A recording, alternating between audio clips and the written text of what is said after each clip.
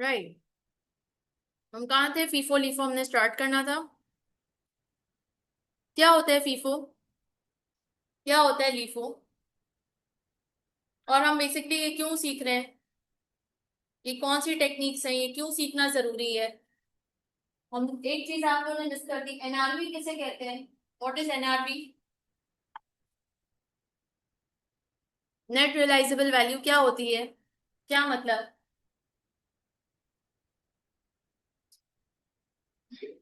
हाँ, जो भी उसकी सेलिंग प्राइस है इस वक्त मार्केट में, जो भी उसकी प्राइस, अब उसको आप मार्केट प्राइस कह रहे हैं। जो इस वक्त आप मार्केट में अगर ले जाएंगे तो आपको उसके आसानी से वो पैसे मिल जाए। Less cost to sell, less cost to sell, ये हमने देखा था। फिर हमने कुछ एक्टिविटीज भी की थी।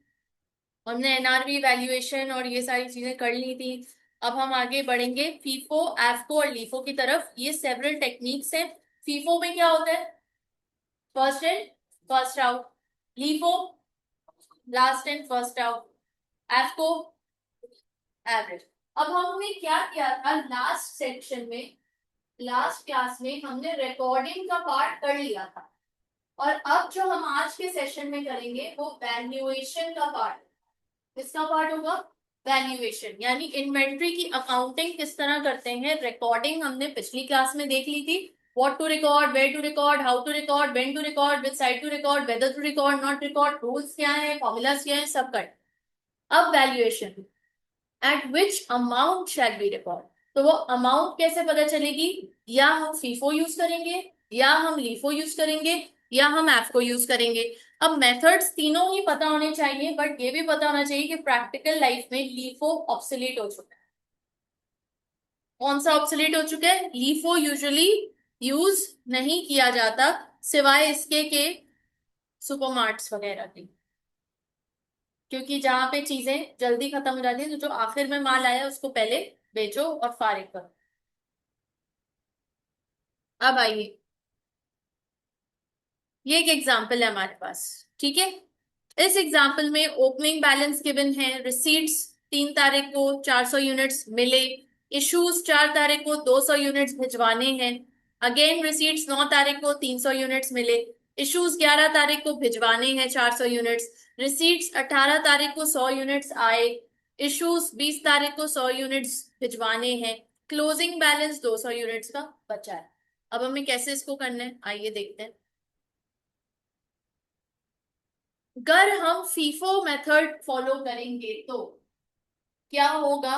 सबसे पहले हमें डेट ऑफ इश्यूज को एक जगह लिखना है। किसको लिखना है? Date of issues.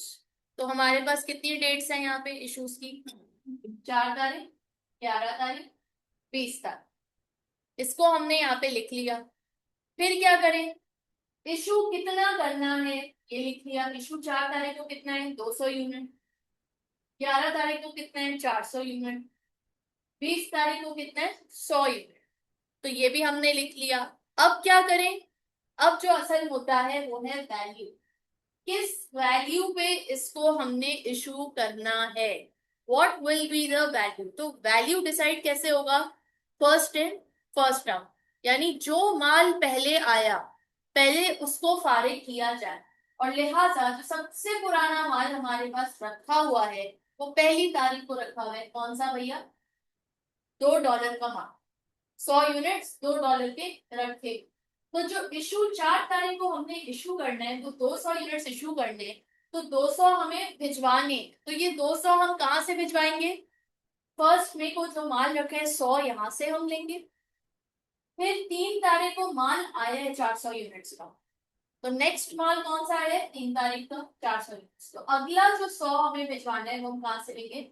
इस 400 के माल से लेंगे। तो यहां से जो 100 हम निकालेंगे किस रेट पे होगा? $2.1 सेम। अब आप आइए नीचे और आपने इसको लिख लेना है। किस तरह से? इस तरह से 100 opening inventory at the rate $2, 100 from the next date at the rate $2.10। Add total निकाल दिया, एडअप किया 410। खत्म कहानी। अगला डेट ऑफ इशू 11 तारीख। 11 तारीख को माल भिजवाना है, 11 तारीख को माल भिजवाना है 400 यूनिट्स। अब अगेन LIFO फॉलो करेंगे, तो ये तो हमारे पास खत्म हो गए, अब ये हमारे पास नहीं है। यहाँ पे हमारे पास कितना माल बचा है, 300। तो यहाँ जो 11 तारीख को हमें 400 देना है, सबसे पहले हम यहीं से लेंगे 300, तो 300 मल्टीप्लाई बाय 2.1। फिर अगला माल कौन सा अवेलेबल है, 9 तारीख का। 9 तारीख में कितने कितने यूनिट्स आए तैयार, 300 यूनिट्स। 300 में से हमें कितना लेना है, 100 सेट लेना है, तो 100 multiply by 2.12। So 300 multiply by 2.1 and 100 multiply by 2.12। यहाँ से जब 100 चला जाएगा तो कितना माल बच जाएगा, 200, और ये पूरा का पूरा गायब। ठीक है, अब इसको हमने यहाँ नीचे लिख लिया, देखें नीचे कैसे लिखा, 11 तारीख 400 unit, 300 multiply by 2.1, 100 multiply by 2.1, दोनों का टोटल निकाला, एडअप किया, 842। सेकेंड डेट ऑफ इशू की कहानी पता क्या हुई Huzaifa, second date of issue की कहानी पता। अगला डेट ऑफ इशू 20 तारीख, 20 मई को 100 यूनिट्स भिजवाने हैं। कहाँ से भिजवाए भाई, ऊपर देखते हैं हमारे पास कौन सा माल बच गया। तो पता ये चला कि ओपनिंग खत्म, 3 तारीख का खत्म, 9 तारीख में 200 यूनिट्स बचे, 9 तारीख में 200 यूनिट्स बचे हैं, तो 100 यूनिट्स हमें 20 तारीख को भिजवानी है, तो यहीं से निकाल लेते हैं 2.12 के हिसाब से। तो अब हम नीचे आए, 100 यूनिट्स 2.12 के हिसाब से आंसर आ गया। तीसरा डेट ऑफ इशू भी खत्म। अब क्या करें, तीनों का टोटल कर लें, एडअप कर लें, आपके पास आ जाएगा 1464। क्या आ जाएगा, 1464। इसको कहते हैं कॉस्ट ऑफ इशू। इसको क्या कहते हैं, कॉस्ट ऑफ इशू। क्या कहते हैं, कॉस्ट ऑफ इशू। किसको, 1464। अब आइए क्लोजिंग इन्वेंट्री। क्लोजिंग इन्वेंट्री आपके पास जो बच रही है, क्लोजिंग इन्वेंट्री कितनी बच रही है, 200 यूनिट्स। कहाँ लिखा है, ऊपर लिखा है क्लोजिंग बैलेंस 31 में 200 यूनिट्स। तो ये 200 यूनिट्स की क्या वैल्यू है, ये माल खत्म हो चुका है 3 तारीख का। ये 9 तारीख से हमने अगेन 100 यूनिट्स निकाल लिए थे, हमारे पास कितने बच गए हैं, 100, 100। और 18 तारीख को 100 माल आया, तो 100 प्लस 100 200 बचे। 100 कितने का है, 2.12 का, और ये बाकी का 100 कितने का है, 2.4 का।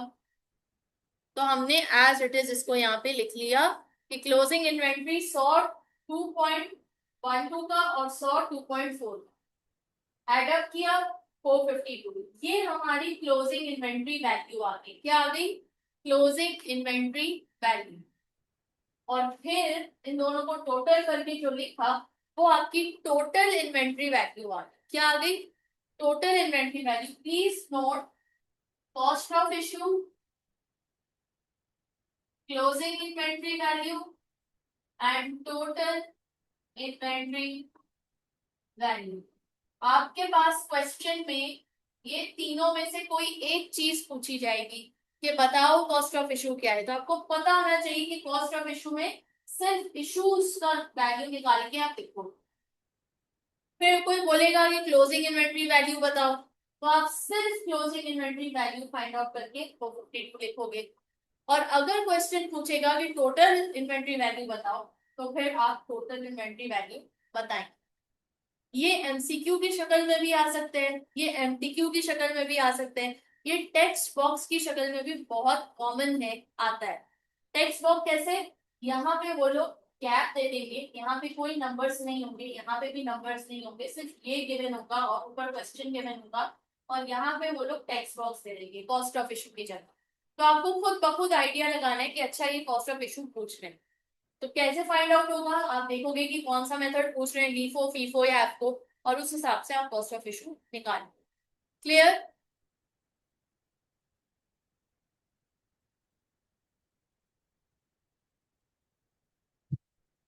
नेक्स्ट, अब आइए लीफो। मैं आपको पहले दे दी, लीफो शायद दिया ही नहीं। हाँ, लीफो तो हटा दिया ना सिलेबस से, ये मसला। लीफो हटा दिया, बट आप लोगों को पता होना चाहिए लीफो क्या है। लीफो में क्या होगा, जैसे हमने फीफो किया है सेम वही टेक्निक होगी। सिर्फ क्या हम कर रहे होंगे, LIFO last in first out, जो आखिर में माल आया है हम उसको पहले इनकॉर्पोरेट करेंगे, और बाद में जो जो पुराना माल है उसको बाद में बिल्कुल आखिर में इनकॉर्पोरेट करेंगे।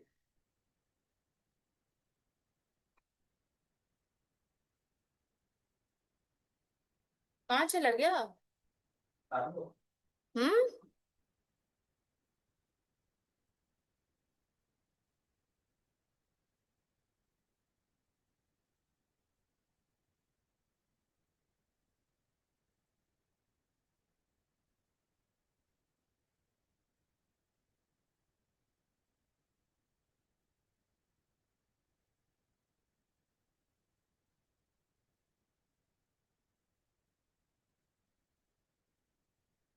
लाइक फॉर एग्जाम्पल, अगर हम लीफो फॉलो कर रहे होते हैं, अगर हम लीफो फॉलो कर रहे होते, तो 3 तारीख 4 तारीख वाले इशू में सबसे पहले क्या हम ओपनिंग बैलेंस का लेते यूनिट्स या 3 तारीख के यूनिट्स लेते? लीफो मेथड में हम 3 तारीख के यूनिट्स पहले लेते हैं।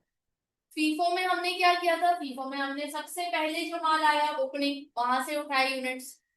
बट जब हम लीफो मेथड फॉलो करेंगे तो 4 तारीख से जस्ट पहले जो लेटेस्ट माल आया है उसमें से हम लेंगे टोटल 200 यूनिट्स, यहीं से उठा लेंगे, तो 200 मल्टीप्लाई बाय 2.1। सेम फॉर्मेट होगा, सेम फॉर्मेट होगा जैसे नीचे हमने किया है, सेम वही फॉर्मेट होगा लीफो का भी। सिर्फ वैल्यू जो होगी, यानी कि जो माल 200 यूनिट्स हमें भिजवाना है वो कहाँ से उठाएंगे, 3 तारीख में से। और वो कितने का होगा, 2.1 का होगा। 3 तारीख से 200 यूनिट्स मल्टीप्लाई बाय 2.1, हम जहाँ नीचे लिख रहे थे फीफो वाला वहां पे ये लिख देंगे। अब आइए अगला इशू, 11 तारीख। 11 तारीख को हमें कितने यूनिट्स भिजवाने हैं, 400। तो ये 400 कहाँ से भिजवाएंगे, 400 भिजवाने ना, ये इसका 400, ये 400 कहाँ से भिजवाएंगे, लेटेस्ट जो माल आया, लेटेस्ट माल कब आया है, 9 तारीख को।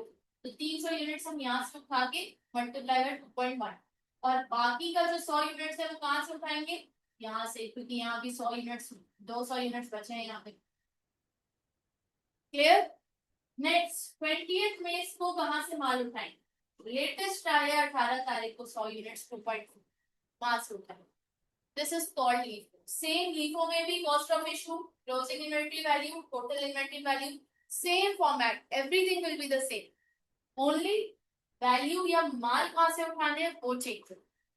लीफो पता होना चाहिए आप लोग को, ठीक है? ऐसा नहीं है कि बिल्कुल ही पता नहीं होना चाहिए। नेक्स्ट एफको, अब आ जाए एफको के ऊपर। एफको क्या है, weighted average cost, weighted average cost. इसको हम किस तरह करेंगे find out,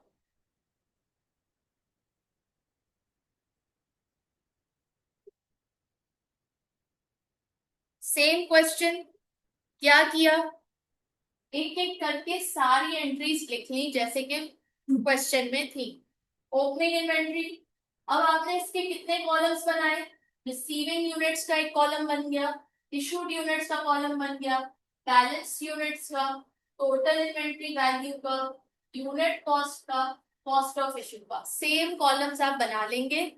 same pattern, same format as it is, कुछ भी आपने चेंज नहीं करना, जो भी वेटेड एवरेज का क्वेश्चन आ जाए। फिर एक एक करके तमाम ट्रांजैक्शंस लिखते जाते। पहला, ओपनिंग इन्वेंटरी, माल ऑलरेडी रखा हुआ है, तो बैलेंस यूनिट्स के अंदर आप डाल दोगे 100 यूनिट्स। कितने का माल है, $2 के हिसाब से 200 का माल है। नेक्स्ट डेट 3rd मई, 3rd मई को आपको रिसीव हो रहे हैं यूनिट्स, रिसीव, ये क्वेश्चन से आप डेटा उठा रहे हो और यहाँ पे सिर्फ प्लेसमेंट कर रहे हो। रिसीव्ड यूनिट्स 400 यूनिट्स रिसीव हो गए, कितने के रिसीव हुए भाई? 2.1 के। 2.1 के हिसाब से टोटल 840 आ गया। अब आइए अगली तारीख। अगली तारीख है 4 मई। 4 मई को इशू करना है, माल भिजवाना है कितना? 200 यूनिट्स माल डिलीवर करना है, 200 यूनिट्स। तो ये जो 200 यूनिट्स डिलीवर करेंगे आप, ये कैसे करेंगे? ये वेटेड एवरेज मेथड से करेंगे। और वेटेड एवरेज मेथड क्या सिखाता है कि टोटल वैल्यू निकाल लो इन्वेंट्री की जो अभी माल रखा हुआ है। क्या निकाल लो? टोटल इन्वेंट्री वैल्यू निकाल लो जो माल अभी तक रखा हुआ है। कितने का रखा हुआ है? जोर से बोलो।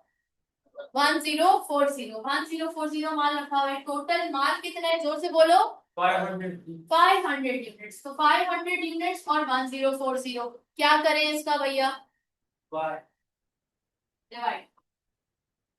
ठीक है, डिवाइड करते हैं। डिवाइड करके आपके पास क्या आंसर आ जाएगा? वेटेड एवरेज कॉस्ट आ जाएगी 2.08। क्या आ जाएगी? Weighted average cost 2.08। उसके बाद ये जो 4 तारीख को 200 यूनिट्स आप इशू करोगे, ये जो एवरेज कॉस्ट आपने निकाली है इसी से मल्टीप्लाई करके तो इस वैल्यू का माल आपने भिजवाया। क्लियर? ये है वेटेड एवरेज कॉस्ट। और इसी प्रोसेस को आपने बार बार हर तारीख पे करना है। हर कौन सी तारीख पे? डेट ऑफ इशू पे। कौन सी तारीख पे? Date of issue. तो अगली तारीख हमारी क्या है? 9 तारीख। 9 तारीख को क्या हुआ है? रिसीव हुआ है। रिसीव हुए 300 यूनिट्स कितने के? 2.12 के हिसाब से। टोटल निकाला 636। यहाँ पे माइनस किया तो हमारे पास कितने का माल बचा है? क्योंकि इशू तो हो गया, भिजवा दिया, तो 624 की वैल्यू बच गई। और 500 माइनस 200, 300 यूनिट्स बच गए। और इनकी वैल्यू क्या है? 2.08। और 9 तारीख को जो रिसीव हुआ है इसकी वैल्यू क्या है? 2.12। मल्टीप्लाई किया, कितना आ रहा है? कितना आ रहा है? 636। 636। इसको टोटल निकाल दिया, कितना आया? जोर से बोले। 1260। यहाँ पे टोटल माल कितना है? 600। अब 11 तारीख को कितना माल भिजवाना है? 400। तो 400 माल कहाँ से जाएगा? इसे जाएगा। कितने का जाएगा? पता नहीं, तो पता लगाओ। कैसे पता लगाएं? डिवाइड। डिवाइड करेंगे, क्या आंसर आएगा? 2.10। तो उसी 2.10 को 400 से मल्टीप्लाई करो, 840। अब 840 डिडक्ट क्यों हो रहा है ना?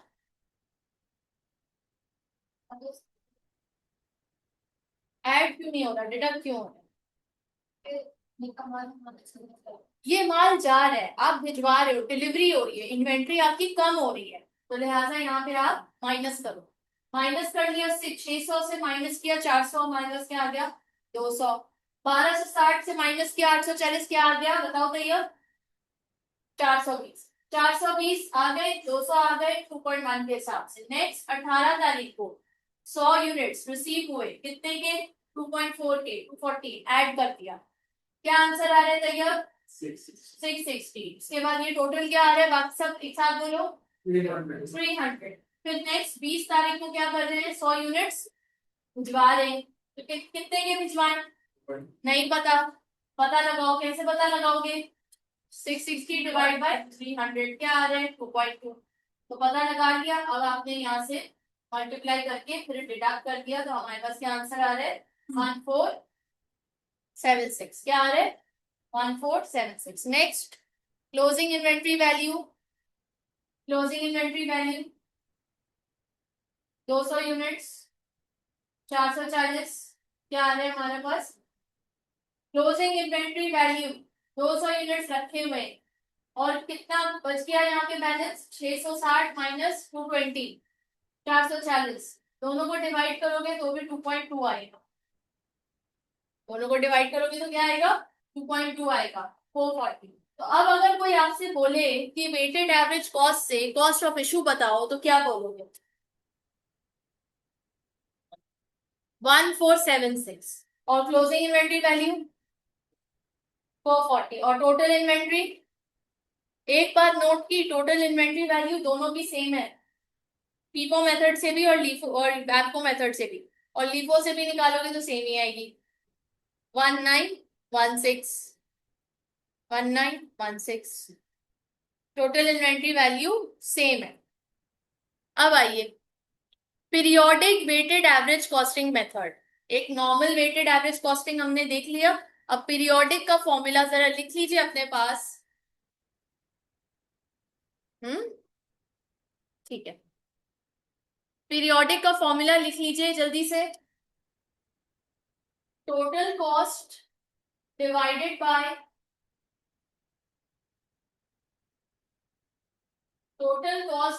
Bye opening quantity plus total quantity receive. Total cost divided by opening quantity plus total quantity receive. तो इससे आपको क्या आंसर मिल जाएगा? Periodic weighted average cost. Effective तो नहीं होता जब ये फॉर एग्जांपल ये तो आप पीरियड के एंड में आप पूरी ओवरऑल कॉस्ट निकालते हैं ना। हम्म। मतलब ये किस काम में ये इस काम की है जब आपके इदारे के पास बहुत सारे प्रोडक्ट्स होते हैं ना, बनाने के लिए बहुत ज्यादा इन्वेंट्री होती है, तो अब आप एक एक की वैल्यू फीफो और लीफो से करने लग गए ना, तो दिन गुजर जाएगा आपका। मतलब बेचते वक्त तुम इस्तेमाल नहीं करेंगे। क्यों नहीं हो सकता? ये आपकी कॉस्ट निकाल रहे हैं ना, ये वेटेड एवरेज कॉस्ट निकाल रहे हैं पर इन्वेंट्री। अब आप सुपरमार्केट के ओनर हो और आपके हर प्रोडक्ट की सेलिंग प्राइस डिफरेंट है और कितने सारे प्रोडक्ट्स हैं, तो अब आप हर प्रोडक्ट की कॉस्ट फाइंड आउट करना चाह रहे हो कि मुझे कितना खर्चा पड़ गया। तो एक एक की सेपरेट भी निकाल सकते हो, आपकी मर्जी, आपके पास इतनी लेबर अकाउंटेंट्स और चीजें सॉफ्टवेयर वगैरह है। और अगर नहीं, तो आप एक वेटेड एवरेज के तरीके से भी निकाल सकते हो कि एक एवरेज निकाल लिया। तो एवरेज निकालने में आसानी है, जल्दी हो जाता है काम। ये चीज है। एंड जैसे आपने बोला था आंसर सेम आया, तो तीनों मेथड का आंसर सेम ही रहेगा। Total inventory value same. Total inventory value same है, बट आप क्लोजिंग इन्वेंट्री देख लें, आप कॉस्ट ऑफ इशू देख लें, वो डिफरेंट है। वो डिफरेंट है। ठीक है। नेक्स्ट एग्जाम्पल है, और इसका सिर्फ फीफो करें, इसका सिर्फ फीफो करें।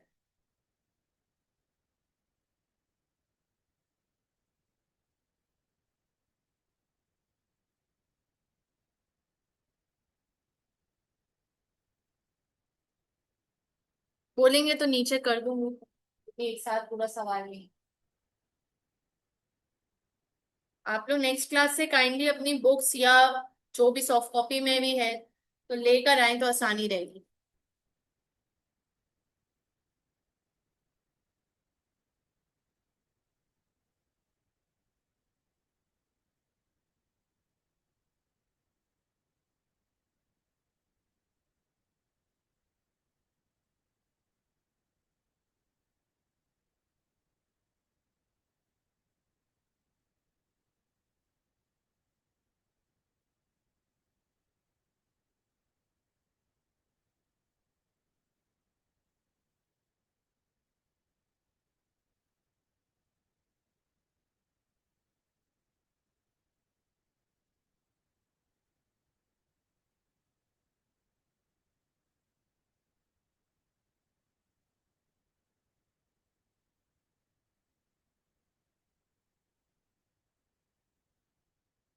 जी, नीचे कर दूं?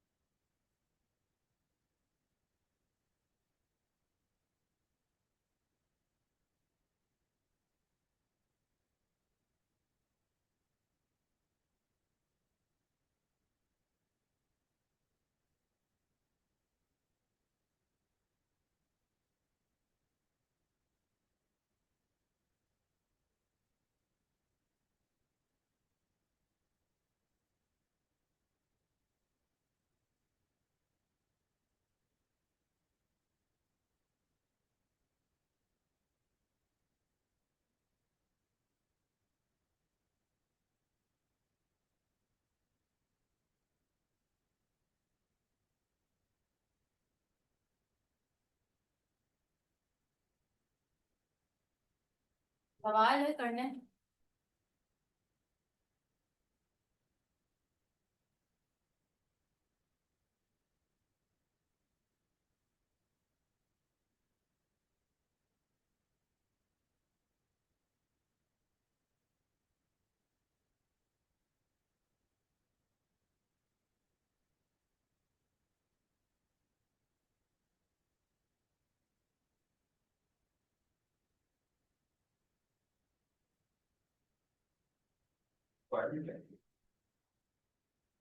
FIFO मेथड करना है।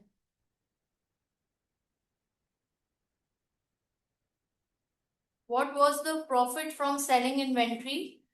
Item 9639, applying the following principles of inventory valuation FIFO. FIFO का इस्तेमाल करते हुए प्रॉफिट पता लगा।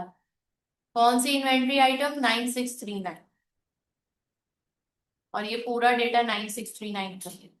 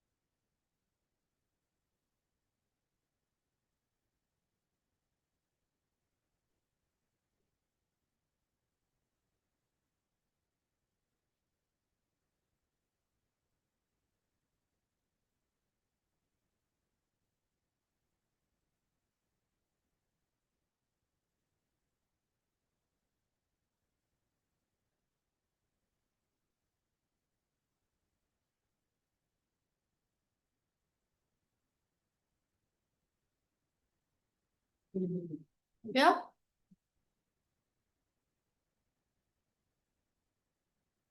Anam, how much left? Pardon? I'm giving just 2 more minutes, then we will discuss.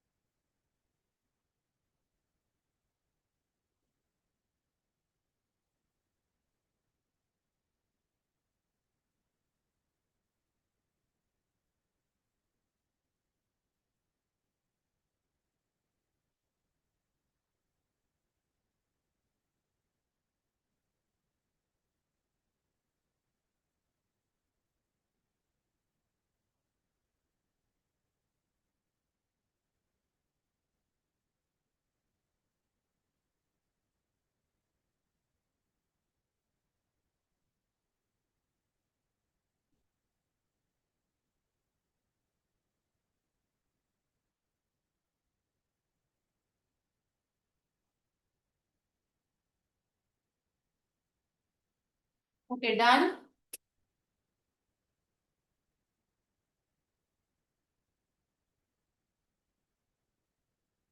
सिर्फ फीफो का सॉल्व करके बताना.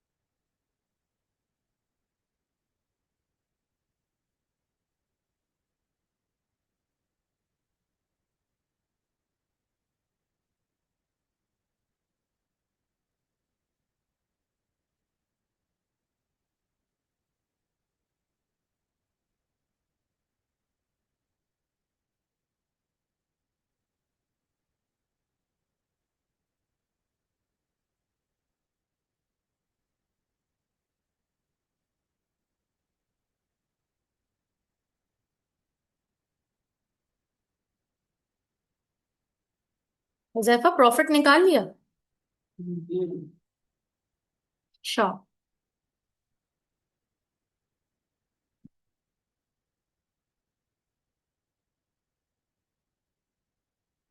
डिस्कस करें, बताएं 14 नवंबर का क्या प्रॉफिट आ रहा है। 14 नवंबर को जो 500 यूनिट सेल हुए हैं, वैसे तो सारे यूनिट्स $20 पे ही सेल हो रहे हैं। हुजैफा क्या निकाला है प्रॉफिट, मुझे तो ओवरऑल प्रॉफिट निकाला ओवरऑल निकाला है, बताओ। लाइक पूरे उसका 10 लाख इसको देख लेते हैं।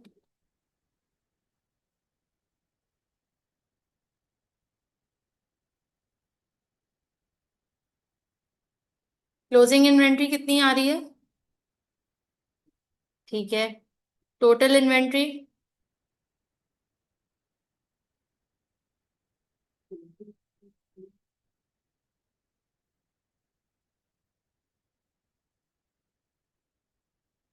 कॉस्ट ऑफ इशू कितना आ रहा है, मैंने इस तरीके से क्या था लाइक प्रॉफिट का फॉर्मूला है तरीके से sales minus cost of sales. मतलब ओपनिंग इन्वेंटरी प्लस परचेज अच्छा, खुद इन्होंने प्रॉफिट पूछा है। फीफो से प्रॉफिट कितना आ रहा है आपका,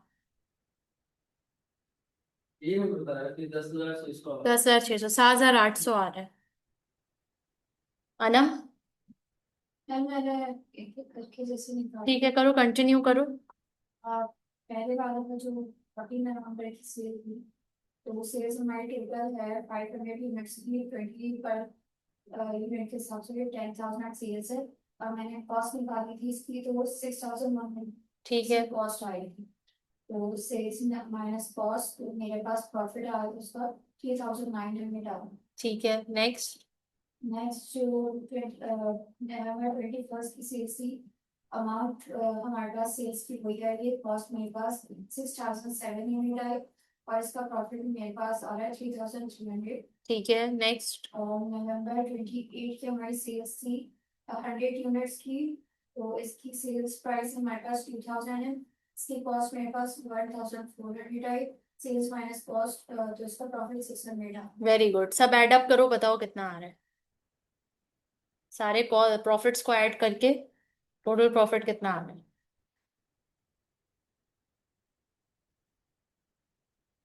8,600। 8,600, थोड़ा सा कहीं मिस्टेक हुई है, यहाँ 7,800 है। तैयब, हम्म, 7,300, बस, यू आर ओनली 500 अवे।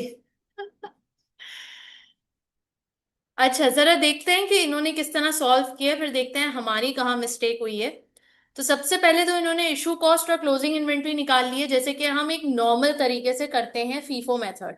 14 नवंबर को 300 यूनिट्स इशू हो रहे हैं, और फीफो है तो देयरफॉर जो पहले माल इशू हुआ है पहले हम उसका लिखेंगे। तो फीफो 10 नवंबर को 12.5 production cost per unit already given है। 400 यूनिट, ये रिसीव्स की बात हो रही है, रिसीवेबल्स की बात हो रही है। तो फिर हम इशू कहाँ से पता चलेगा, तो ऊपर देखें डेटा गिवन है कि on 1 November held 300 units, opening inventory बता दी गई है। These were valued at $12 each, 12 का भी बता दिया, इसकी कॉस्ट बता दी है। फिर कह रहे हैं कि during November 3 batches of finish goods were received into store, 3 दफा रिसीव हुआ है। और 3 दफा जो सेलिंग की बात हो रही है वो उसको हम कंसिडर करेंगे कि इशू हो रहा है। तो कितना इशू हो रहा है, 500 यूनिट्स इशू हो रहे हैं। फिर 21 नवंबर को 500 यूनिट्स इशू हो रहे हैं, फिर 28 नवंबर को 100 यूनिट्स इशू हो रहे हैं। इसकी सेलिंग प्राइस गिवन है, अलबत्ता कॉस्ट नहीं गिवन। तो कॉस्ट हमें फीफो मेथड से ही निकालनी होगी, जो कि फीफो मेथड से हमने जब नीचे देखा तो यहाँ पे 300 यूनिट्स, जो 14 नवंबर को 300 यूनिट, नहीं, 14 नवंबर को 500 यूनिट्स हमें सेल करना। तो ये जो 500 सेल करने हैं, सबसे पहले ये कहाँ से हम माल उठाएंगे, ओपनिंग से उठाएंगे। और ओपनिंग हमारे पास कितनी है, 300 एट द रेट 12, तो वही हमने नीचे किया। फिर उसके बाद जो बकाया 200 है वो कहाँ से उठाएंगे माल, जो 10 नवंबर, तो 200 मल्टीप्लाई बाय 12.5। तो वही चीज यहाँ पे लिखी है, 300 multiply by 12 and 200 multiply by 12.5। I hope कि ये वाला जो हिस्सा है ये क्लियर है कि किस तरह आप इशू कॉस्ट और क्लोजिंग इन्वेंट्री निकालते हो। क्लियर है, जोर से बोलो यस। ऑल राइट, अब आइए प्रॉफिट निकालना। तो प्रॉफिट निकालने के लिए हमें बात मालूम है कि sales minus cost of sales करेंगे तो प्रॉफिट आ जाएगी। तो कॉस्ट ऑफ सेल्स पहले हम फाइंड आउट कर लें। Cost of sales opening inventory plus cost of production minus closing inventory. Opening inventory हमारे पास गिवन था 3600। कॉस्ट ऑफ जो प्रोडक्शन आई है वो ऊपर में है आपके पास। कॉस्ट ऑफ प्रोडक्शन जो आई है वो कितनी है? 14200। ये क्या है? ये कॉस्ट ऑफ इशू है। ये क्या है? कॉस्ट ऑफ इशू है। तो कॉस्ट ऑफ प्रोडक्शन क्या लेंगे आप? यहां पे जो लिखा है प्रोडक्शन कॉस्ट पर यूनिट, इसको आपने कैलकुलेट करना है। 400 multiply by 12.5, 400 multiply by 14, 400 multiply by 15। इसका जब आप टोटल निकालेंगे तो प्रोडक्शन कॉस्ट आपकी टोटल निकल के आएगी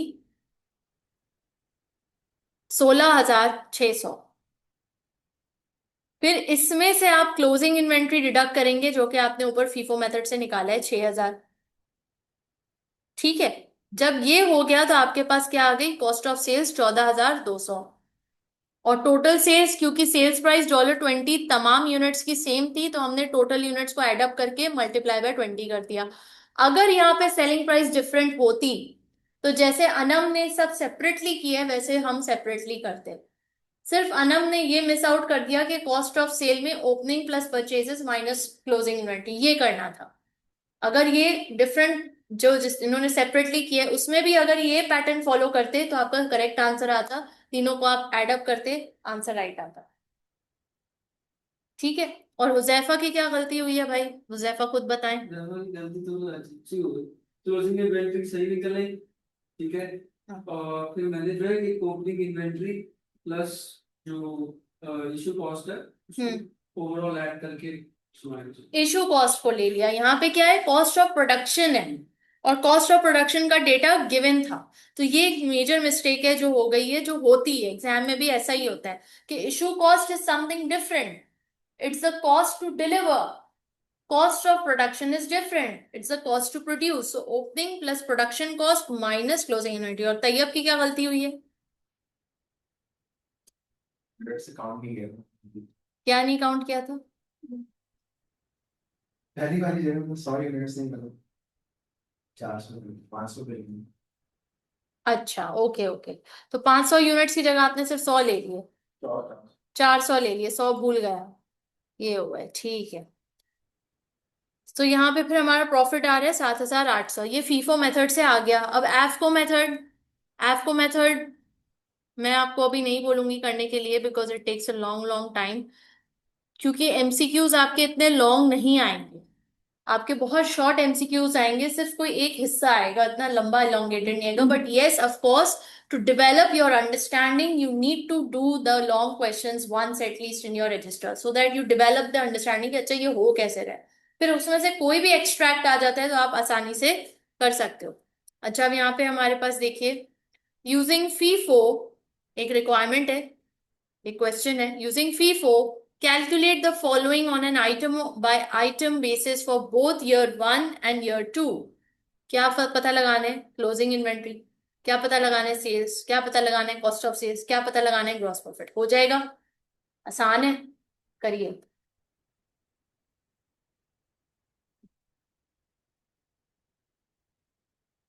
कोशिश करें कि कोई सिली मिस्टेक ना हो, स्ट्रेट फॉरवर्ड सवाल है।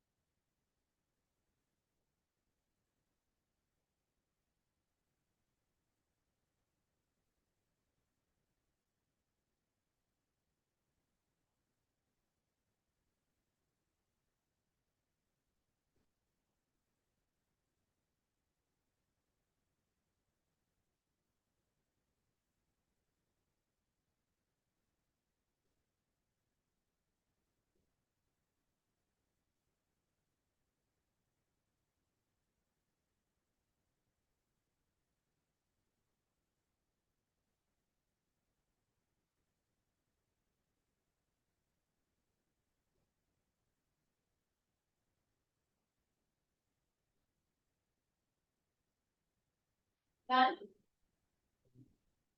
Yeah, होने वाला है।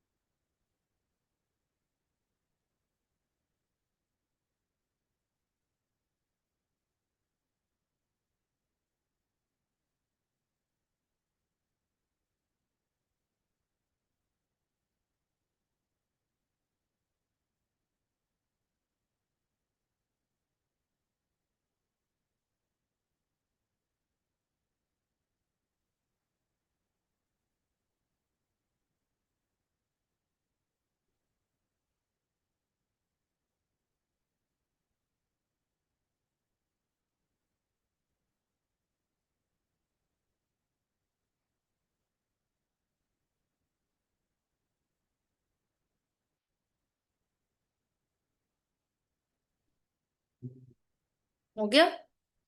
सवाल दिखाओ।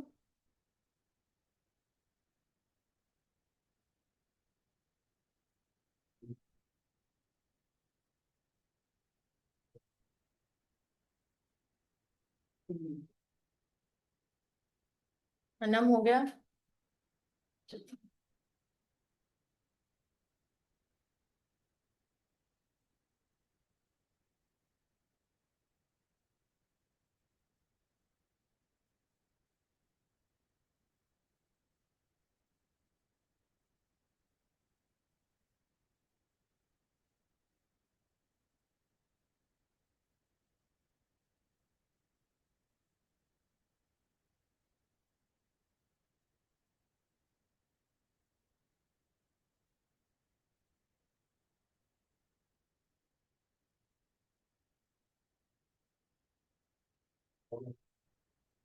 ये हो गया?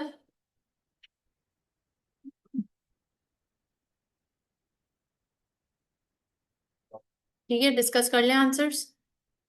क्लोजिंग इन्वेंट्री कितनी आ रही है? 1700 ईयर 1 की, ईयर 2 की 0, वेरी गुड। और फिर उसके बाद सेल्स ईयर 1, सेल्स 1000 किधर लिखा है भाई? 8000, परफेक्ट हो गया। फिर सेकंड ईयर सिर्फ 12000 है, सिर्फ 12000 है, सही है। 12400 कहाँ से ले आए भाई? 300 400 कहाँ से आ? 400 कहाँ से आ गई? मैंने शायद गलती से मैंने लिख के उसको ऐड। यस। अच्छा, नेक्स्ट कॉस्ट ऑफ सेल्स। 3800। 5500 है पहले साल पहले साल के, और दूसरे साल के भी 5500 है। सवाल मुझसे आया था जो नेक्स्ट ईयर की कॉस्ट निकालेंगे तो लास्ट वाली जो इन्वेंट्री बचेगी उसको भी हम पहले सेल करेंगे। जो हम नेक्स्ट ईयर की ईयर 2 की निकालेंगे, जो पिछले साल की क्लोजिंग इन्वेंट्री होगी वो इस साल की आपकी ओपनिंग बन जाएगी। तो शुरू में लिखा है कि brought forward 8 unit 1700 inventory value. ठीक है, ठीक है, इसमें कॉस्ट ऑफ सेल्स में है कि 5500 इस मैंने क्लोजिंग इन्वेंटरी माइनस कर। कॉस्ट ऑफ सेल्स का फॉर्मूला क्या है? Opening inventory plus purchases minus closing inventory. वही किया है।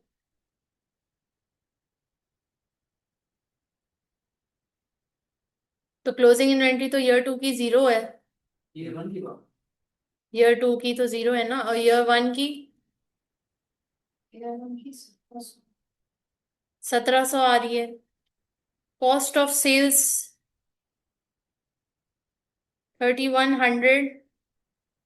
अल्लाह भला करे आपका, ये 3100 आपने इधर लिख लिया और ऊपर से 2400 लिख लिया।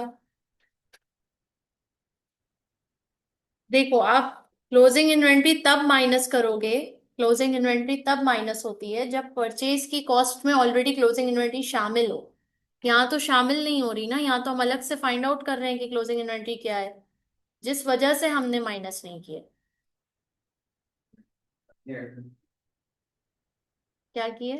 डेटा निकाल दिया सारा एंड कैलकुलेशन। Very good. तो ठीक है, ये 2400 आपका आ रहा है इधर, सेल किया आपने कॉस्ट ऑफ सेल्स में 2400 और फिर 3100। और इन्वेंट क्लोजिंग इन्वेंट्री लेने की जरूरत नहीं है क्योंकि ऑलरेडी इसमें इनकॉर्पोरेटेड नहीं है, जिस वजह से माइनस नहीं हो रहा। अब आइए इधर, इधर भी सेम सिलसिला है।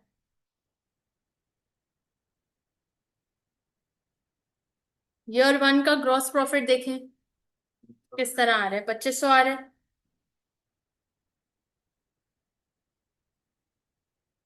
फिर हम नेक्स्ट यहाँ पे देखें, ग्रॉस प्रॉफिट 6500। और जो आपका क्लोजिंग इन्वेंट्री का सवाल था, ये देखें यहाँ पे इन्होंने डिडक्ट की है ईयर 1 पे ग्रॉस प्रॉफिट लाने के लिए। तो ग्रॉस प्रॉफिट 2500 और पहले साल का और दूसरे साल का 6500। क्लियर है? कोई चीज जो और पूछनी हो? सही।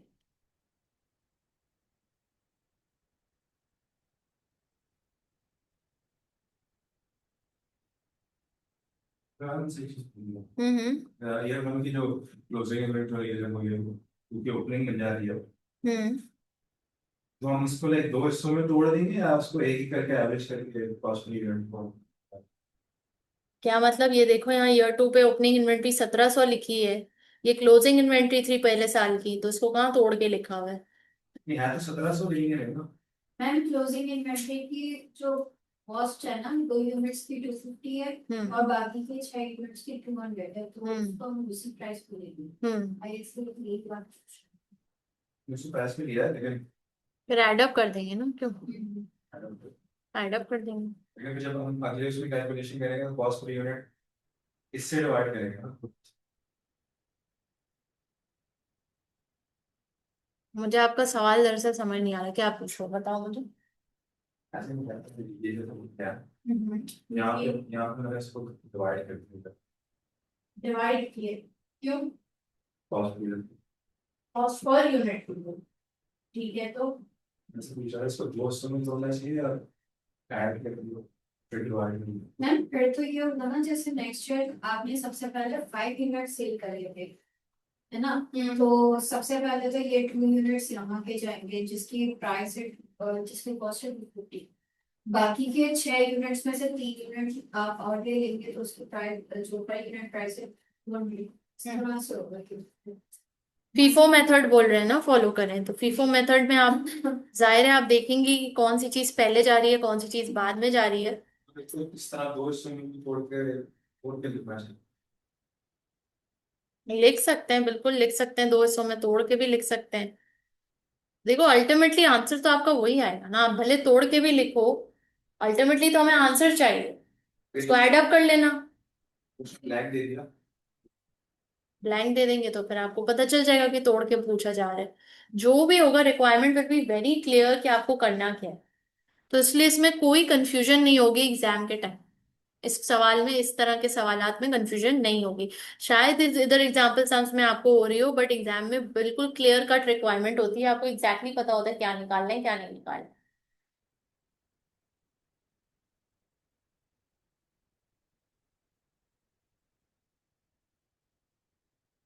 अच्छा जी।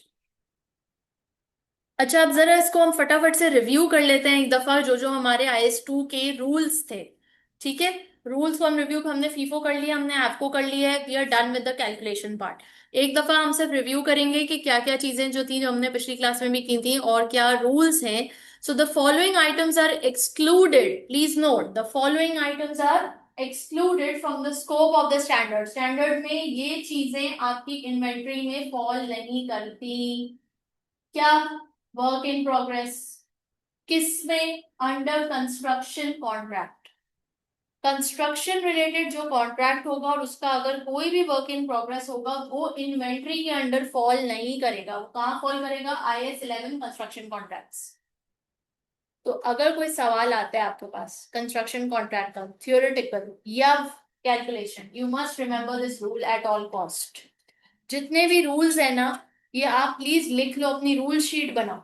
IS2 हम कंप्लीट कर चुके हैं, IS की रूल शीट, IS की फॉर्मूला शीट, IS2 की, और फिर उसके जो भी आपके एग्जाम्पल सम्स कराए हैं, एक्टिविटीज हैं, रिविजन किट क्वेश्चंस हैं, वो सॉल्व करने हैं। तो ये रूल्स भूलना नहीं है, क्योंकि ये F3 का मेन हिस्सा है। ये रूल्स ही है जो हम पूरे F3 में सीख रहे हैं, और ये एज एन अकाउंटेंट हमें पता होने चाहिए life long. In your practical life जब आप जाओगे कंपनीज में, आपको ये रूल स्टैंडर्ड्स बहुत स्ट्रांग होने चाहिए।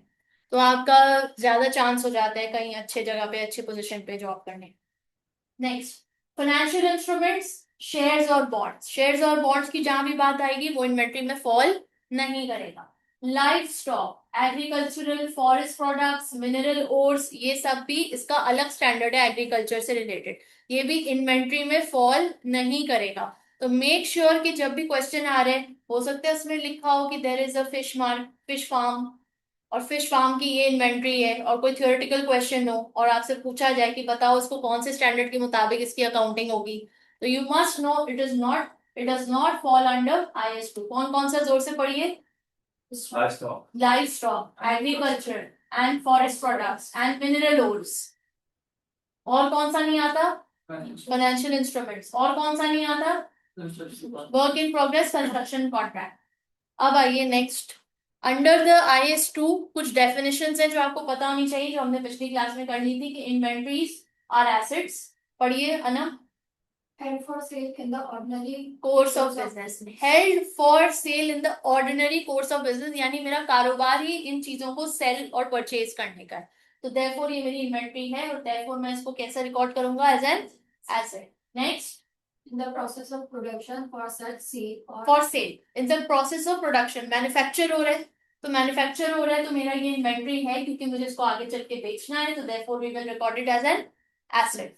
Next, in the form of materials or supplies to be consumed in the production process in the rendering of the service, यानी वो प्रोडक्शन के दौरान कुछ सामान ऐसा भी है जो प्रोडक्शन को आसान बना रहे हैं, जो प्रोडक्शन में इस्तेमाल हो रहा है, यूजफुल है, और या फिर कंज्यूम हो रहा है, तो उसको भी हम क्या कंसिडर करेंगे? As an inventory, and it is also our asset. इसकी मिसाल है, जूते की फैक्ट्री की वीडियो दिखाई थी मैंने आप लोगों को? नहीं दिखाई? FA1 में शायद मैं दिखाती हूँ बच्चों को।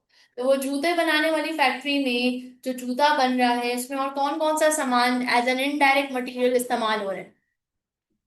ग्लू, द ग्लू ब्रश, ठीक है, कोई चीज चिपकाने के लिए, कोई स्क्रू टाइट करने के लिए, कोई नीडल, धागा तो बन रहा है उस जूते का हिस्सा, लेस तो बन रही है उस जूते का हिस्सा, लेबल तो बन रहा है उस जूते का हिस्सा, which is direct material. But जो इनडायरेक्ट मटेरियल है वो भी हमारी क्या कहलाई जा रही है? Inventory, and it will be recorded as an asset. क्यों? क्योंकि इस्तेमाल हो रही है during the production process.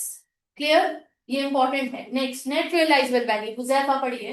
Net realizable value is the estimated selling price in the ordinary course of business, less the estimated cost, cost of completion and the estimated cost necessary to make the sale.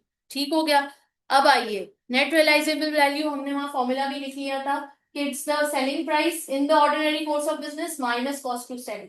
Cost of completion आ गया, estimated cost necessary to make the sale, delivery करानी है तो उस पर cost लग रही है, कहीं जाके इंस्टॉलेशन करवानी है, कॉस्ट ऑफ AC मंगवा लिया, मगर AC तो जब तक यूज नहीं हो सकता जब तक हम उसको फिट ना कर लें, तो फिट करने के लिए हम इंस्टॉलेशन कॉस्ट भी हम ऐड करते हैं। बट क्या फर्क है? ACC is a non current asset, हम यहाँ पे किसकी बात कर रहे हैं? हम इन्वेंट्रीज की बात कर रहे हैं। इन्वेंट्री, अगर तो मैं AC का कारोबार कर रहा हूं तो AC मेरा इन्वेंट्री है, अगर मैं गाड़ियां सेल और फरोख्त, सेल एंड परचेज कर रहा हूं तो वो मेरी इन्वेंट्री है। बट अगर वो सिर्फ इस्तेमाल करने के लिए है तो क्या वो मेरी इन्वेंट्री है? वो भी नॉन करंट एसेट है, ठीक है। मगर वो भी इन्वेंट्री होगी या नहीं होगी? क्योंकि यहाँ पे तो लिखा है कि it is used in the form of material or supplies to be consumed in the production process or in the rendering of services.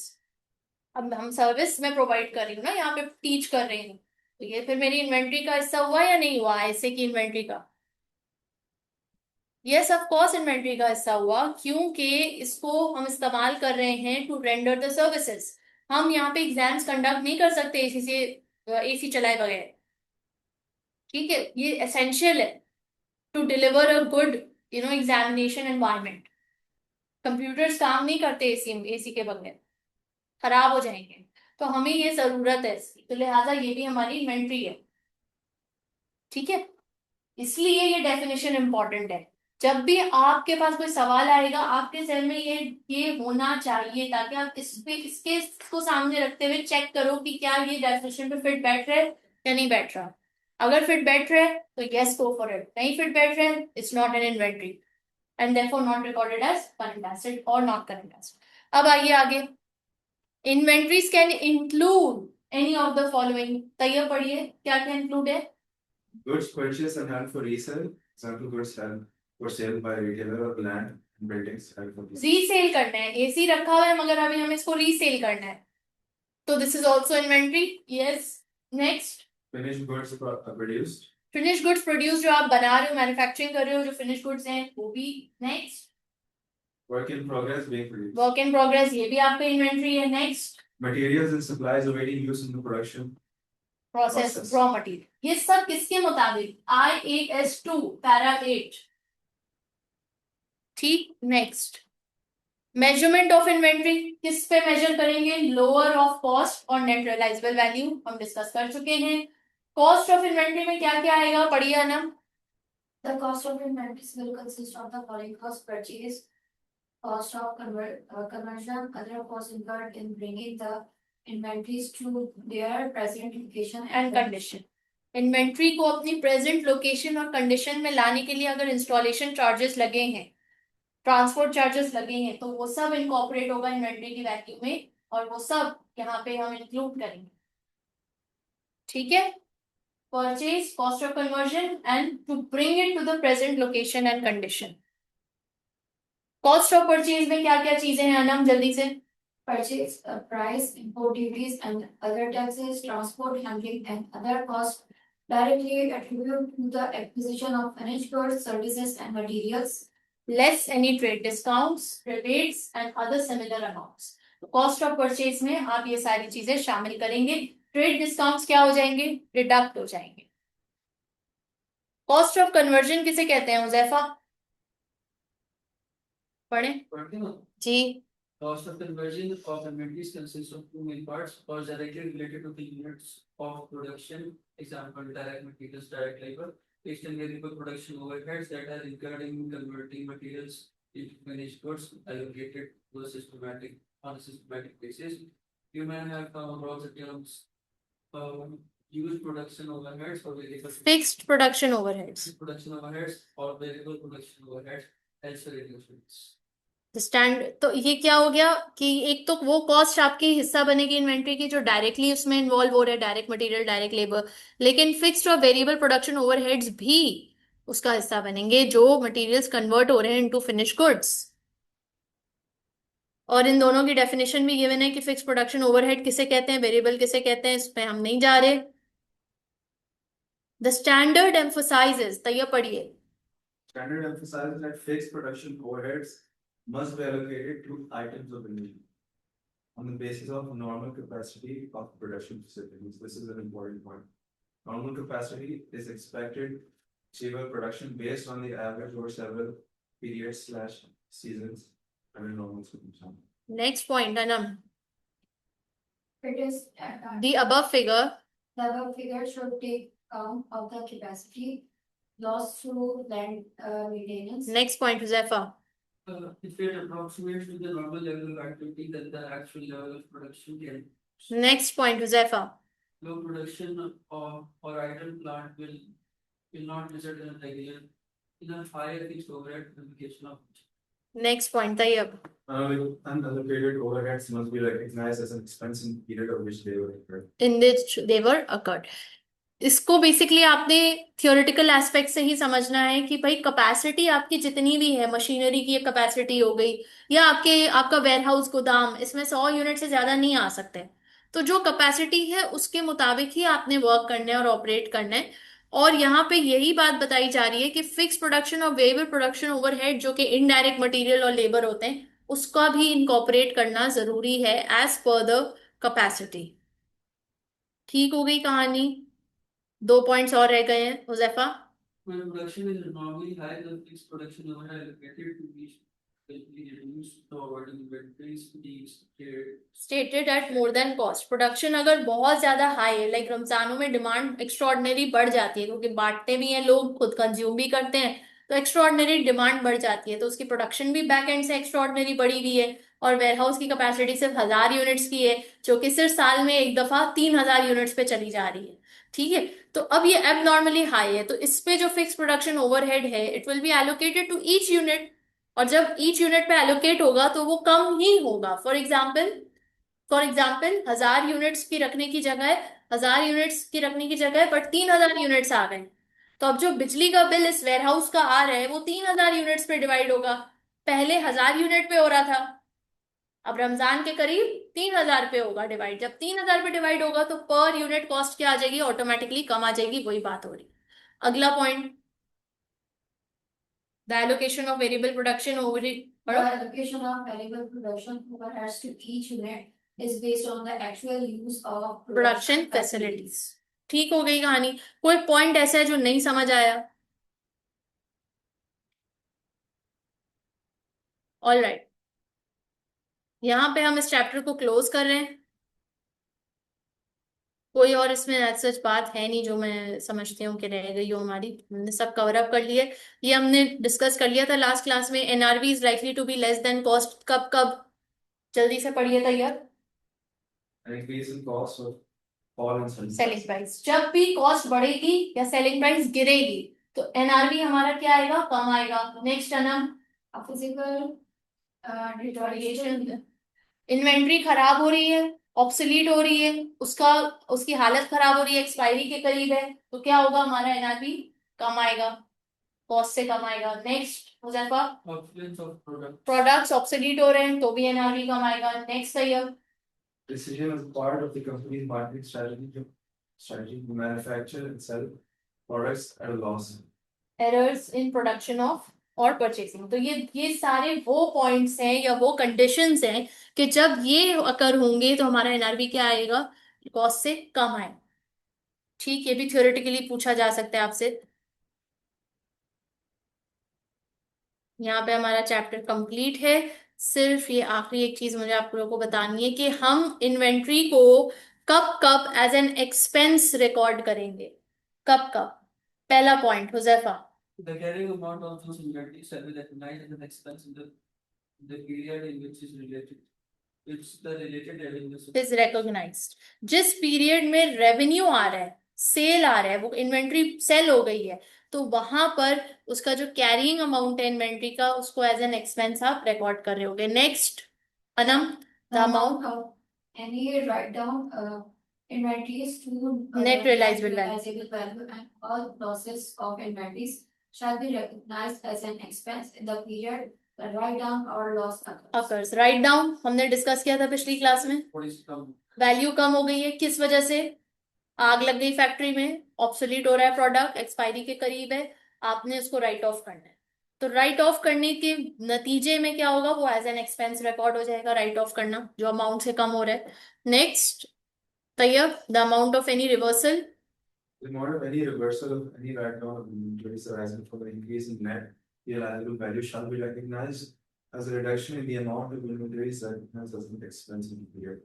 अगर रिवर्स करना है, फॉर एग्जाम्पल आग लगी थी, हमें लगा था एसी जल के भस्म हो गया, तो हमने क्या किया? इसकी जो एनआरवी थी, फॉर एग्जाम्पल इसकी सेलिंग प्राइस जो मार्केट प्राइस थी वो 50,000 की थी, और अब आग लगने के बाद हमें लग रहा है कि ये पूरा जल के भस्म हो गया है, तो जीरो जीरो पे ले आते हैं। तो हमने राइट डाउन किससे कर दिया होगा? 50,000 से कर दिया होगा। 50,000 पूरे के पूरे हमने एक्सपेंस कर दिया होगा एज राइटिंग डाउन ऑफ एसी। लेकिन बाद में जब पूरा सब आग वाग बुझ गई, सबने जाके इन्वेस्टिगेट किया तो देखा कि एसी अनटच्ड है, और एसी को फिर ऑपरेट करके भी देखा तो चल रहा है, तो हमें क्या करना होगा, रिवर्स करनी होगी एंट्री, रिवर्स करनी होगी। और रिवर्स करने के लिए हम क्या करेंगे, जो एक्सपेंस रिकॉर्ड किया है उस एक्सपेंस को ऑपोजिट साइड रिकॉर्ड करके नैलिफाई कर देंगे। ठीक है। डिस्क्लोजर, क्या क्या बातें हम डिस्क्लोज करेंगे इन्वेंट्री से मुतालिक, Anam? The accounting policies adopted in the layering inventories, including the cost formula. पहली चीज, अकाउंटिंग पॉलिसी आपने डिस्क्लोज करना है फाइनेंशियल स्टेटमेंट में। Second, The total carrying amount of inventories. Third. The carrying amount of inventories carried at fair value less cost to sell. Clear? ये तीनों चीजें disclose होनी चाहिए आपके फाइनेंशियल स्टेटमेंट्स में। That's all for today. And मैं चाह रही थी कि आप लोग को यहाँ बिठा के मैं जरा सम्स वगैरह करवाऊं, बट आई गेस आपकी क्लास है, सो यू मे गो। आप लोग दोनों बैठे क्विक क्विज करें। हाँ, करके चले जाओ। क्विक क्विज ही है, 5-6 क्वेश्चंस। है 2-4 क्वेश्चंस है, शाबाश करके जाओ।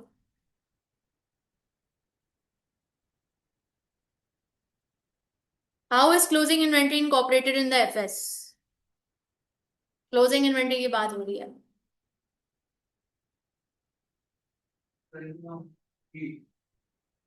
बी, ए और बी दो ही ऑप्शंस हैं।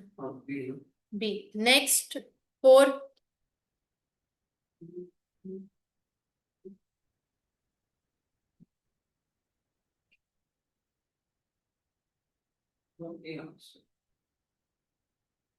Tayyab,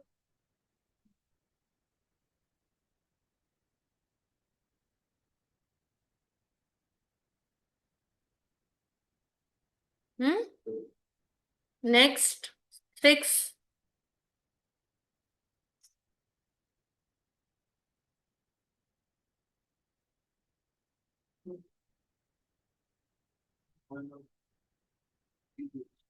one and two only.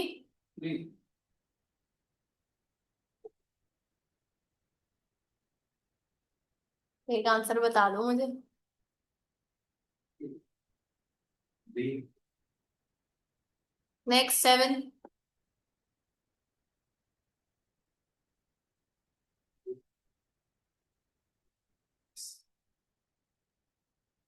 Hmm,